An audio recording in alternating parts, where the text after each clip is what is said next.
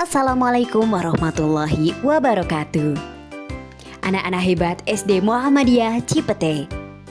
Merdeka, merdeka, merdeka. Dirgahayu Indonesiaku.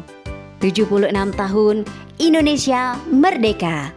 Mari sama-sama kita menyaksikan perjuangan dan sejarah singkat perjuangan bangsa Indonesia meraih kemerdekaannya. Indonesia hari ini berusia 76 tahun.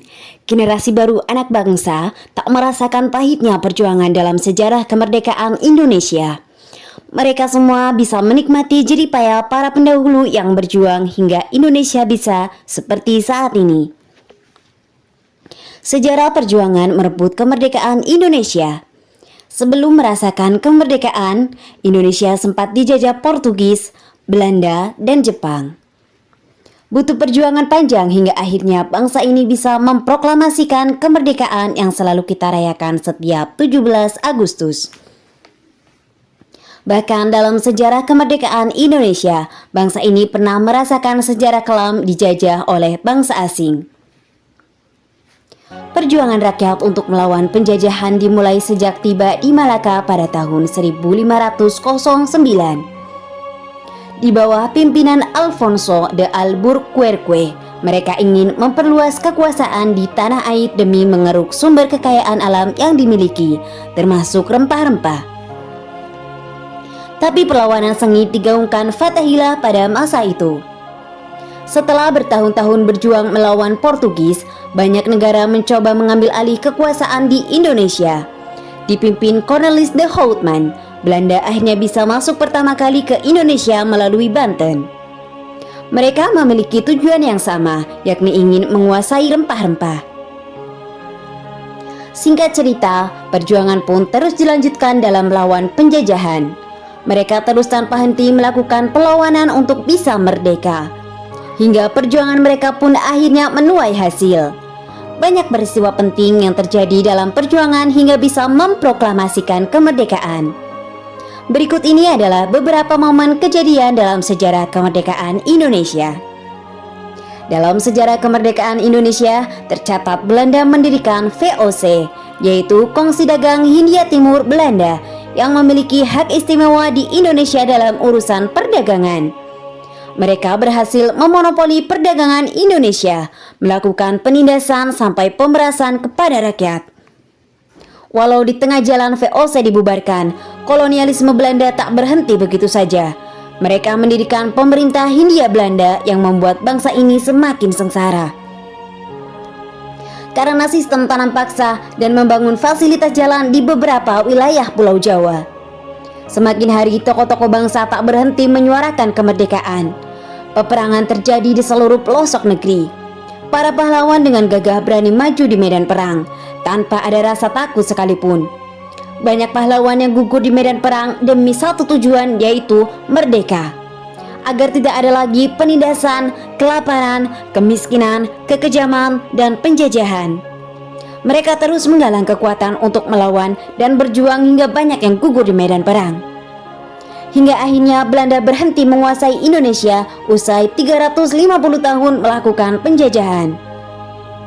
Namun pada tahun 1942, Belanda menyerahkan Indonesia kepada Jepang tanpa syarat dalam perjanjian Kalijati. Indonesia kembali diduduki oleh bangsa asing di tanahnya sendiri.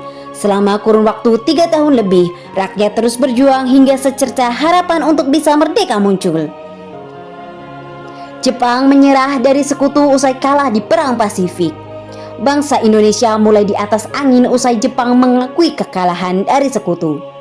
Mereka tak lagi dikdaya setelah 14.000 lebih rakyat menjadi korban akibat luluh lantahnya Hiroshima oleh bom atom pada tanggal 6 Agustus tahun 1945 dan Nagasaki 3 hari setelahnya. Buntut dari peristiwa itu, Jepang siap melepaskan Indonesia. Setelah mendengar kabar tersebut ditambah pasukan yang sudah diambang kehancuran, para tokoh senior kala itu langsung bergerak cepat guna menegaskan jika bangsa Indonesia ingin merdeka.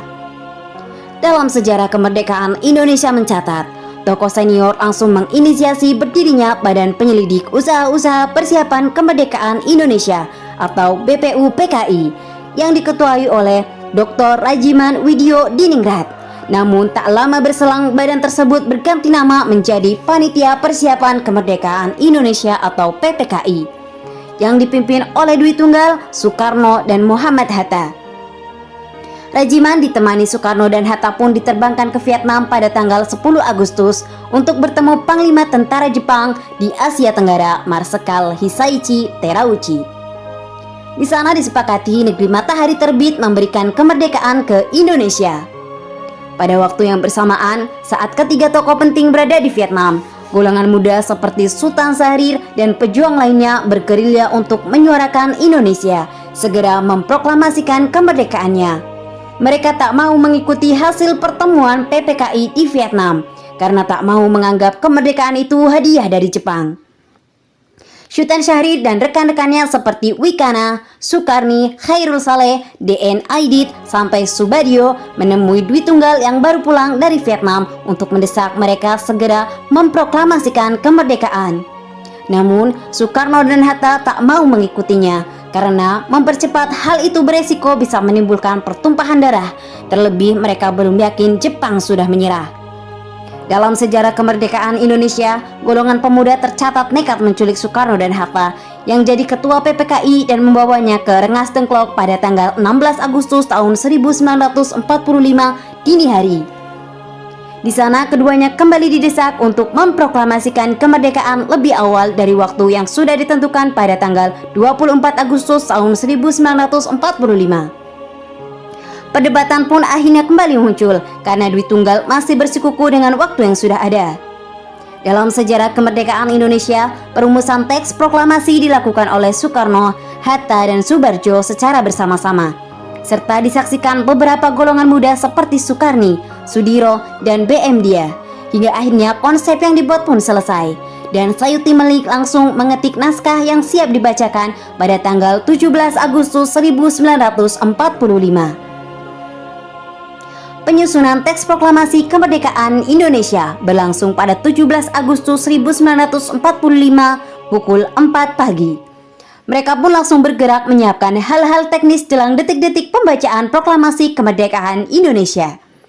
Pada tanggal 17 Agustus tahun 1945, pukul 10.00 waktu Indonesia Barat, di halaman rumahnya sendiri di Jalan Pegangsaan Timur nomor 56, Soekarno membacakan naskah proklamasi diikuti pidato singkatnya.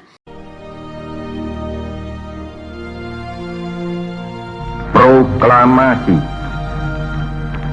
Kami, bangsa Indonesia, dengan ini menyatakan kemerdekaan Indonesia.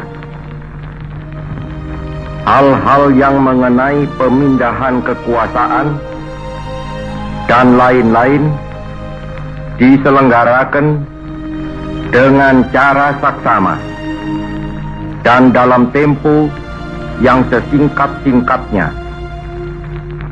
Jakarta, 17 Agustus 1945,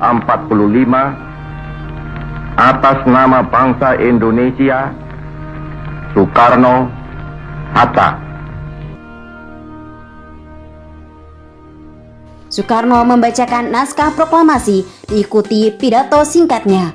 Setelah itu, bendera merah putih yang sudah dijahit oleh Fatmawati pun dikibarkan oleh prajurit Teta Latif Hendra Diningrat setelah sebelumnya Trimurti menolak mengibarkan. Walau upacara tersebut berjalan sederhana, para peserta yang hadir tetap mengikuti prosesnya dengan hikmat. Prosesi yang berjalan tanpa protokol tersebut tetap berjalan dengan sangat baik dan mengurangi nilai kebahagiaan rakyat Indonesia yang pertama kalinya merasakan merdeka. Para pewarta pun dengan sigap menyebarluaskan berita bahagia itu ke berbagai penjuru negeri melalui radio dan penyebaran dengan media massa. Walau melalui kendala karena Jepang melarang untuk menyebarluaskannya, peristiwa dalam sejarah kemerdekaan Indonesia itu tetap bisa disampaikan kepada seluruh rakyat Indonesia. Itulah beberapa peristiwa-peristiwa penting yang diceritakan secara singkat dalam sejarah kemerdekaan Indonesia.